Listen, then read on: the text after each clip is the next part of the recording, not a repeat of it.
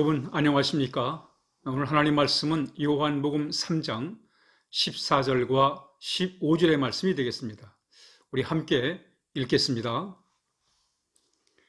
모세가 광야에서 뱀을 든 것 같이 인자도 들려야 하리니 이는 그를 믿는 자마다 영생을 얻게 하려 하심이니라. 아멘.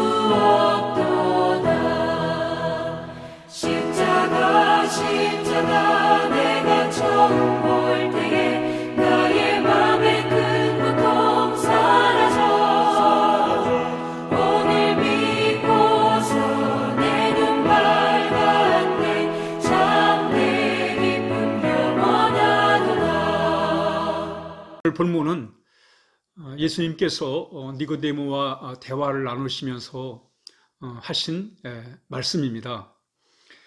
모세가 광야에서 뱀을 든 것 같이 인자도 들려야 할 것이다, 이 말씀을 했습니다. 모세가 광야에서 뱀을 든 것 같이, 이건 구약의 역사적 사건입니다.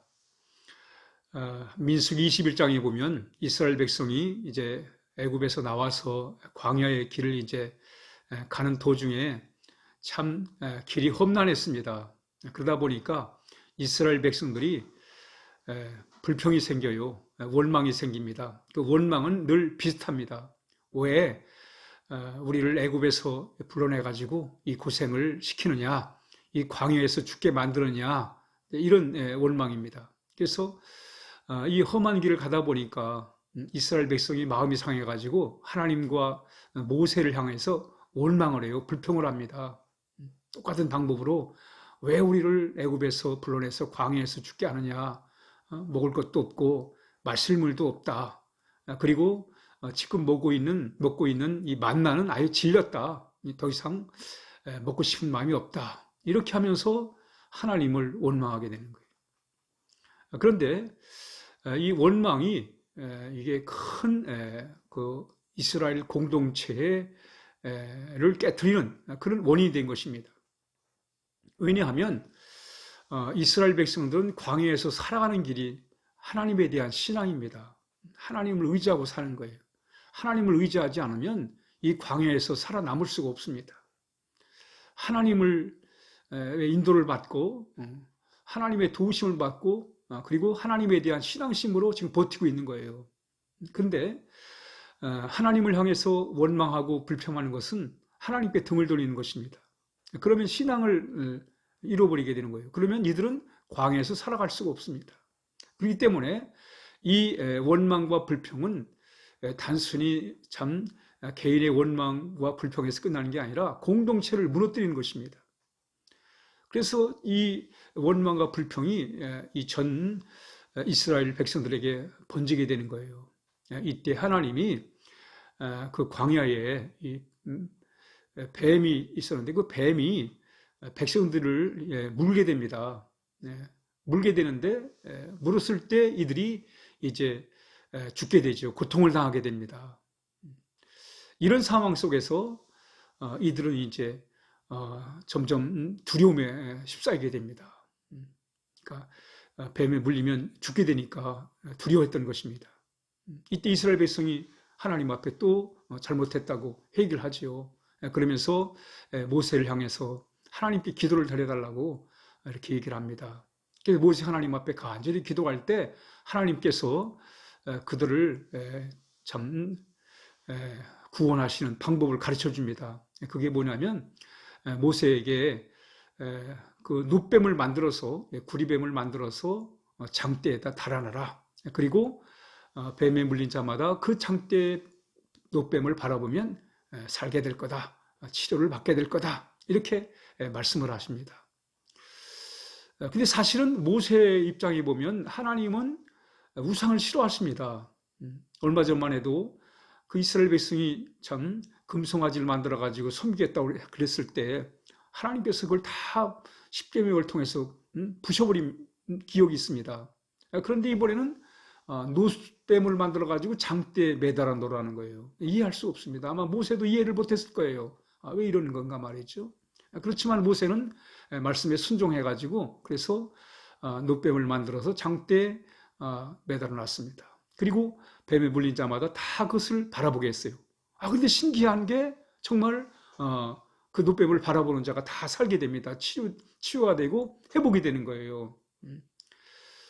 그래서 이제 그 어려운 문제를 이 모세가 잘 해결하게 됩니다. 그런데 오늘 본문에서 예수님께서 그 얘기를 하는 거예요. 모세가 광야에서 이 뱀을 만들어 세워서 그래서 그걸 보고 뱀에 물린 사람들이 고침을 받았다.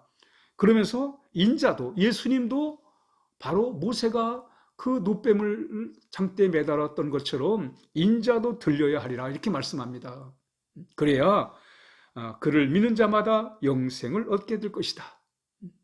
오늘 예수님께서 말씀하신 게 뭐냐면 십자가의 사건을 말씀하는 겁니다. 그 놋뱀, 모세가 만든 그 놋뱀을 이렇게 말씀하시면서 바로 그 놋뱀에 대한 설명을 하시는 거예요. 그리고 십자가의 사건을 이 놋뱀과 같이 함께 연결해서 설명하신 것을 발견하게 되는 것입니다.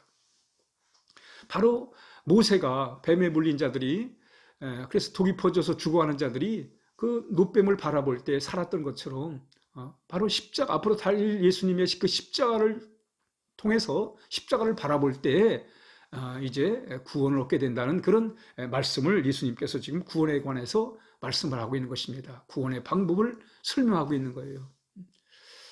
그렇습니다, 여러분.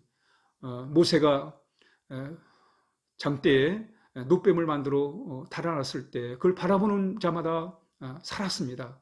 마찬가지로 우리 인류는 지금 죄라고 하는 죄에 의하여 이렇게 고통을 당하고 있습니다. 죄는 바로 독입니다. 우리의 영혼을 파괴하는 하나님과의 관계를 단절시키는 그런 바로 독이 바로 죄인 것입니다. 많은 사람들이 죄를 짓고 그 죄 때문에 고통을 당합니다. 그런데 예수님께서는 바로 인류의 그 모든 죄를 대신 예수님께서 다 짊어지시고 십자가에서 마치 놋뱀처럼, 하필이면 왜 놋뱀일까요? 뱀은 죄를 상징합니다. 예수님은 죄가 하나도 없으신데 인류의 모든 죄를 다 뒤집어 쓰시고 죄인이 돼가지고 죄가 돼가지고 그래서 십자가에서 고난을 당하시고 죽으신 것입니다. 그리고 우리는 그 죄를 진 자마다 그 예수님, 십자가에 달린 예수님을 바라볼 때 거기서 우리가 하나님의 용서를 경험할 수 있고 새로운 삶을 살아갈 수가 있는 것입니다. 이 사순절에 우리가 십자가를 바라보면서 우리는 그런 나의 모든 죄를 다 뒤집어 쓰신 주님의 십자가를 바라봐야 돼요. 그 속에서 우리는 이런 찬양의 고백을 해야 됩니다. 찬송가 151장의 찬양처럼 십자가 내가 처음 볼 때 내 마음의 고통이 사라져.